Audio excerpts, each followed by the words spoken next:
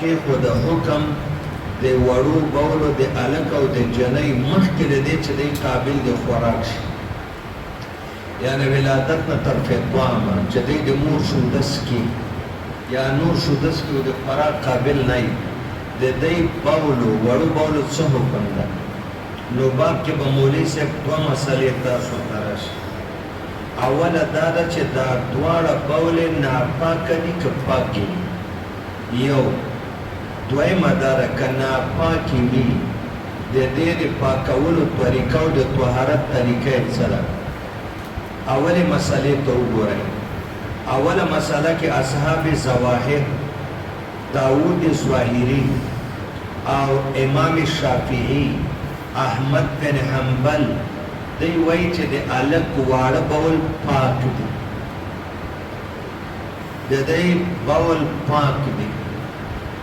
ما درته دوه مسلې دي چې د دی بول پاک دي که ناپاک. یو که ناپاک دي د پاکېدو صورت یې څه ده؟ دویمه مسله. نو اوله مسله کې داود ظاهري اصحاب ظواهر امامین صغیرین محترمین وایي د الک بول پاک دي، واړه بول. او کله چې امام طحاوي رحمت الله علیه د دوی قول بیانوي سره د دلایلو د شپږو صحابهونه او سندونو سره کم روایت ذکر کوي یا صحابیاتونه تعبیر کوي فذهب قوم، نو قوم نه به داود ظاهري مرادي، احمد بن حنبل به مرادي، امام شافعي رحمهم الله به مرادي. او زه کله یو تعبیر کوم تاسو به زما میسج باندې اوس کوئ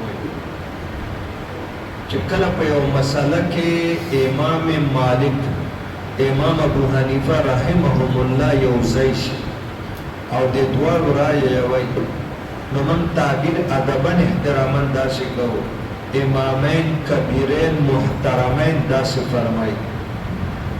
تاسو تم دا تعبیر اسانه او د ادب او د احترام تعبیر او چې کله په یو مسله کې د امام شافعي او د امام احمد بن حنبل رحمهم الله رایې یوی، نو چونکې دا په علم عمر کې د نورو نه کشران دي، نو موږ وایي دوه امامین صغیرین محترمین داسې فرمایي. او د دې مقابل کې امامین کبیرین محترمین دي او جمهور فقها او محدثین دي، هغوی دا وایي چې نه دواړه بول نجس. دواړه بول څه دي؟ بیا په دې کې دویمه مسلې ته به ورسره شو چې کبیرین امامین وایي نجس دي او جمهور. اوس د پاکېدو صورت یې څه ده؟ دا به پاکېږي څنګه؟ د الک او د جنۍ بولو کې فرق شته او که نشته؟ نو امام مالک رحمت الله علیه دلته رایه زموږ نه جدا ده. امام مالک قول قدیم او اسحاق ابن راهوی او ابن شهاب الزهري دوی وایي چې د الک بولو ته چڼکاو کافي ده، نزحه چڼکاو په ګوتو به اوبه راواخلې چې په کوم ځای الک بول کړي دي هلته به واچي. او د جنۍ بول دا به اهتمام سره مینځي، څنګه چې دا کپړه بدن باندې کړي دي د جنۍ بولو نه به کپړه ښه پوخ اهتمام سره 3 وارې مینځي او نچوړ کوي. او د الک بول نجس دی خو د طهارت اوبه راواله چڼکاو. دا فرق په څه کې ده؟ ابو داود کې دی ویله دلته به مو وایي. امام طحاوي بیا په دویمه مسله کې چې د دې قول ذکر کوي فذهب قوم، دلته به د قوم مصداق څوک دي؟ داود ظاهري، اسحاق ابن راهوی، ابن شهاب الزهري او د امام مالک صاحب قول قدیم چې نزحه کافي ده او د جلۍ بول اهتمام سره مینځه. او د دې په مقابل کې وخالفهم د امام مالک صاحب قول جدید، امام ابو حنیفه، سفیان ثوری، عبدالرحمن اوزاعی او جمهور فقها وایي چې نه نزحه کافي نه ده. نزحه 8 معناګانې راغلي. نزحه په معنا د صب الماء علی موضع واحد دا اوبه راوچتې کړه او په یو ځای باندې واچوه او نصح په معنا د سیلان او بهېدلو او نصح په معنا د غسل خفیف وینځل بغیر د نچوړ.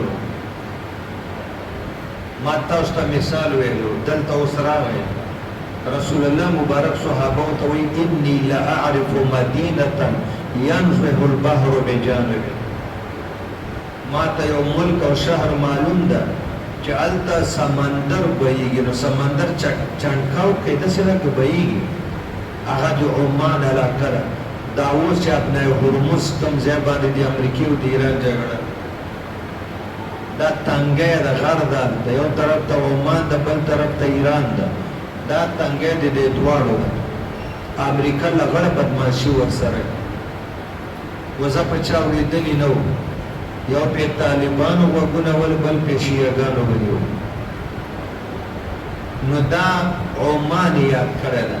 هلته سمندر بهیږي او د سمندر د بهېدو نه تعبیر په نزع باندې کړی نو موږ وایي چې د نزع معنا صب الماء علی موضع واحد په یو ځای اوبه اړول او نزع معنا غسل خفیف غسل عمیق دې ته وایي چې یو ځل وینځه نه چور کړ بیا ووینځه اوس بېخه بیا او دا درې وارې اوبه پرې واچوه بس.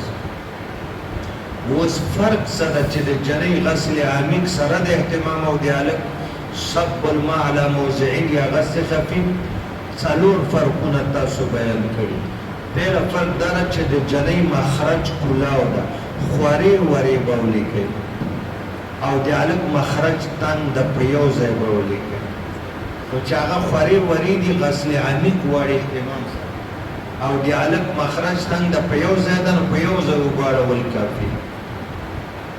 دویم تاسو ویلو چې د جنۍ بولې ټینګې دي د هلک بول نری دي هغه د جنۍ بولې بغیر د غسل عمیق نه نه پاکي او د هلک نری دي بغیر د غسل عمیق نه پاکېږي. د شوګو په هغه ځای واچوه اگر که نیز پرې.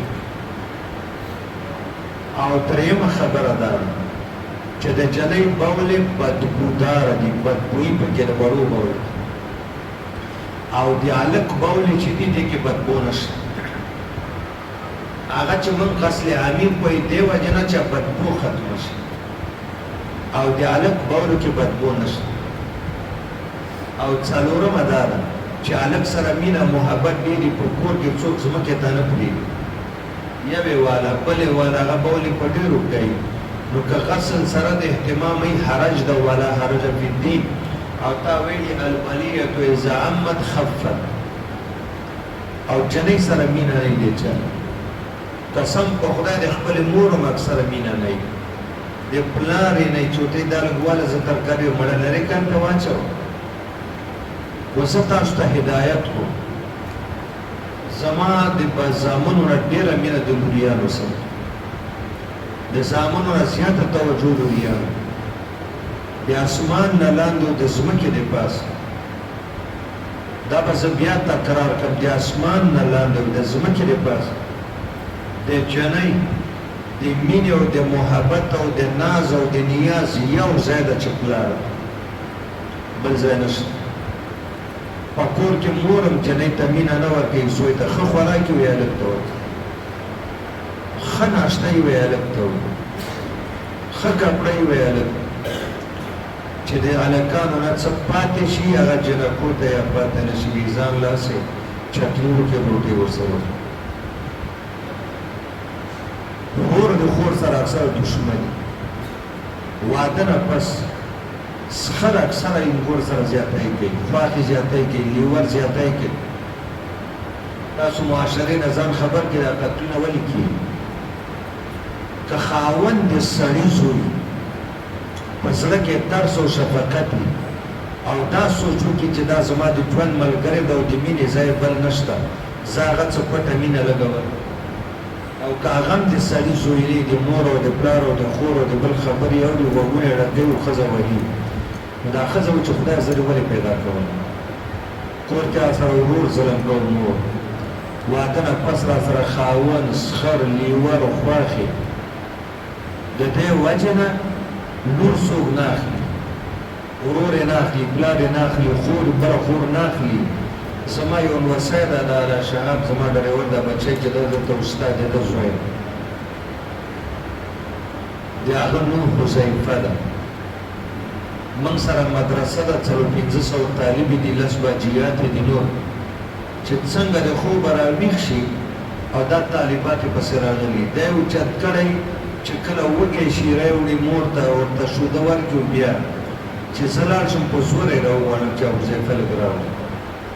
د طالباتو د معلماتو پېلنجه یو ایمان راکړه، بل ایمان، او د همده نه مخکې بله زما وسی پیدا وشي ایمان نومېږي. هغه خټه غوندې په یو ځای غریبه پرته وه، که زه به لاړم ما به اخیسته که نه هېچا به نه اخیسته.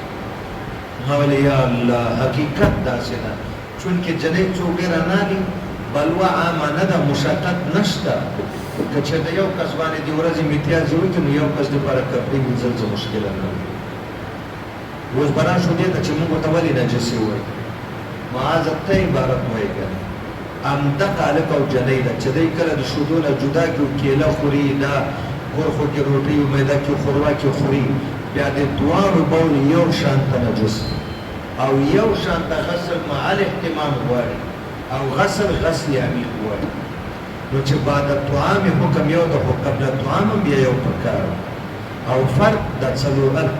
وبه قال حدثنا احمد بن داود الى اخره عن ابيه عن علي رضي الله عنه عن النبي صلى الله عليه وسلم انه قال في الرجيع يغسل بول الجاريه وينزح بول الغلام. نزح چنکاو او موږ خپل معنا کو دی معنا چنکاو کې. وبه قال حدثنا ابن ابي داود الى اخره ان الحسين بن علي رضي الله عنهما بال على النبي صلى الله عليه وسلم فقلت اعطني ثوبك اغسله فقال انما يغسل من الانثى وينزح من بول الذكر. وبه قال حدثنا فهد الى اخره حدثنا ابو الاحوص فذكر مثله باسناده. وبه قال حدثنا يونس الى اخره عن ام قيس بنت محصن رضي الله عنها انها اتت بابن لها لم يكن الطعام الى رسول الله صلى الله عليه وسلم فاجلسه رسول الله صلى الله عليه وسلم في حجره.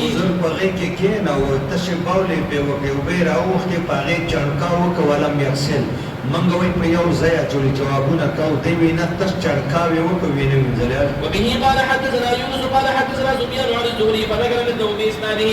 وبه قال حدثنا ابن خزيمة الى اخره عن عائشة رضي الله عنها قالت اوتي النبي صلى الله عليه وسلم بصبي يحنكه. تحنيك ودرته پته ده کنه چې هغه کجوره خپل مبارکه کې وجوړي او بیا ورته خپل کېله ويدعو له فبال عليه فدعا بماء فرضعه ولم يغسله. قال ابو جعفر فذهب قوم الى التفريق بين حكم بول الغلام وبول الجاريه قبل ان ياكل الطعام. قوم باندې خو پوه شوي که نه. فقال بول الغلام طاهر وبول الجاريه نجس. باچا ویلي وه خو مې درته ویلي وخالفوا في ذلك اخرون فسووا بينهم بوليهما جميعا بوليهما. هغې ویلي موږ احناف امامین کبیرین او سفیان الثوري او اوزاعي چې د هلک او نجلۍ بول یو شان ته نجسې دي وجعلوهما نجسین. وقالوا قد يحتمل قول النبي صلى الله عليه وسلم بول الغلام يمسح انما اراد بالنسح صب الماء عليه. فريق اول دي بار چې نسح نه مراد صب الماء عليه اراول دي وجودي په دې بول باندې. وقد تسمي العرب ذلك نزحا ومنه قول عرب په یو ځای وبو اراول تم نسح ويا. ومنه قول النبي صلى الله عليه وسلم اني لا اعرف مدينه ينزح البحر بجنب دا څومره معلوم ده چې بایګي سمندر دی هغه په غاړه نو ګوره د سمندر بایدو ته نسح ویل. فلم يعني بذلك النزح الرشا ولكنه اراد يلزق بجانبها. جوخ دې خار سره سمندر بایګل. قالوا وانما فرق بينهما لان بول الغلام يكون في موضع واحد ليضيق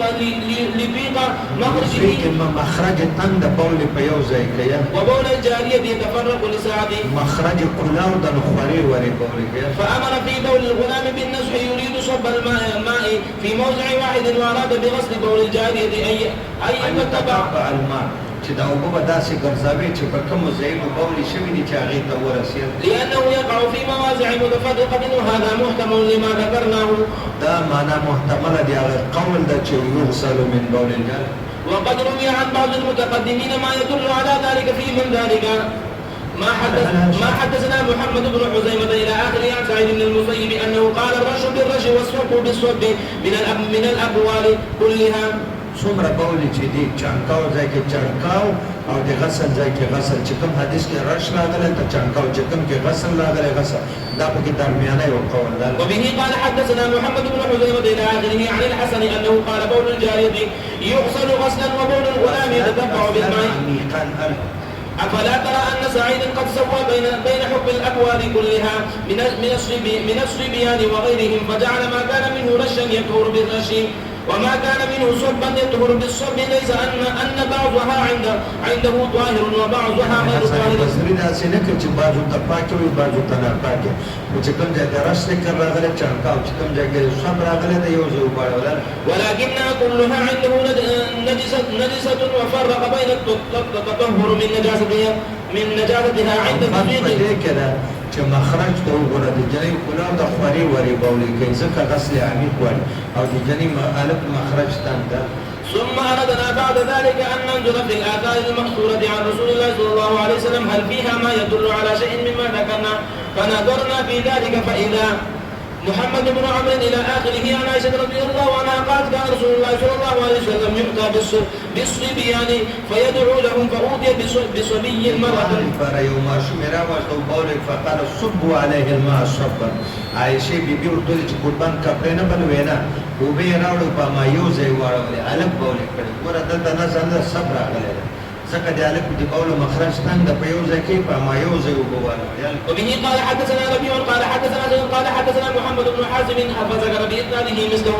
وبه قال حدثنا ربيع المؤذن إلى آخره عن عائشة رضي الله عنها أن النبي صلى الله عليه وسلم أوتي بصبي فبال عليه فأتبعه الماء ولم يغسله. وې په باندې واچول تر کوم ځای یو لکیره می پیاز وې داسې یو لکیره په هغه لکیره باندې وبو واچولې او غسل عمیق سره د اهتمام چې درې واري منځل او نه ټول هغه ونه کړی زموږ. اللهم صل على محمد. امت خیر افغانستان په اړه رحم وکړي، پاکستان په اړه پښتونخوا په اړه علماء طلباء حفاظت وکړي، بیمارانو ته شفا ورکړي. څومره